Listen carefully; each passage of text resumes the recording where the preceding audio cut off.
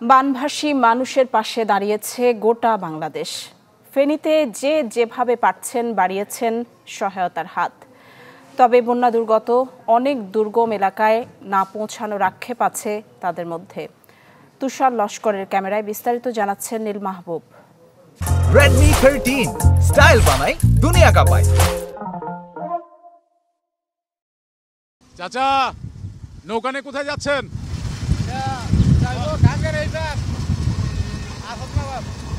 মানে কেন, এই যে বন্যার কারণে? এ যেন সময়ের এক অসাধারণ চিত্র। একটি গণ অভ্যুত্থান যেন বদলে দিয়েছে দেশপ্রেমের দৃশ্যপট। ছুটছে মানুষ দেশ আর দশের প্রয়োজনে।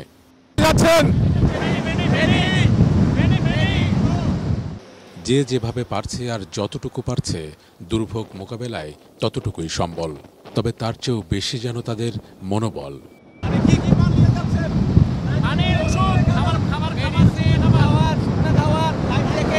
আমাদের দেশটা আমরা নিজেরাই সামনে আগে নিব। আমরা চাই যে আমাদের দেশটা অনেক ভালো চলুক। ফেনীর সংযোগ পথ জুড়ে এখন প্রতিটি দিনই এভাবেই ছুটছে এক একটি মানবিক ট্রাক। বহন করছে দুর্যোগ মোকাবেলার প্রাথমিক এবং প্রয়োজনীয় উপকরণ। আমরা এখানে নিয়ে এসেছি শুকনা খাবার, মুড়ি, চিরা, গুড়, খাবার পানি, স্যালাইন। মূলত এখন যেটা দরকার সেটা নিয়ে আসছি। দেখা মিলল ঢাকা থেকে আসা একদল যুবকের। বাহন বদল হলেও বদলে যায়নি যাদের অদম্য গতি।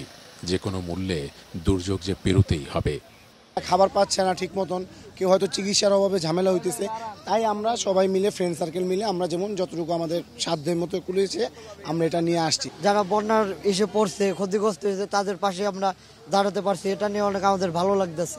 যে কোনো দুর্যোগ মোকাবিলা করার জন্য আমরা প্রস্তুত আছি ইনশাআল্লাহ।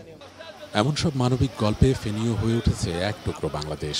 তবে সেখানেও রয়েছে এখনো অনেক জায়গায় সেবা নিয়ে পৌঁছতে না পারার আক্ষেপও।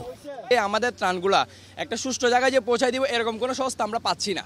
এবং কি আমরা এমন একটা হয়েছে, আমরা প্রশাসনের কাছে গিয়েও আমরা সাহায্য পাইনি। বোট ভাড়া লাগবে 40,000 টাকা। এখন দেখেন আমরা 40 হইতে 50,000 টাকা খানাই আনছি, তো 40,000 টাকা ওইখানে দিলে আমরা বাসায় তো যাইতে হবে। যদি বাসায় যাওয়ার কোনো ওয়ে না, তাই খানাও তো দিতে পারতেছি না আমরা।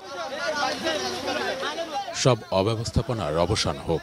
এত এত মানবিক গল্পে মানবেতর জীবনগুলো লড়াইয়ের শক্তি পাক।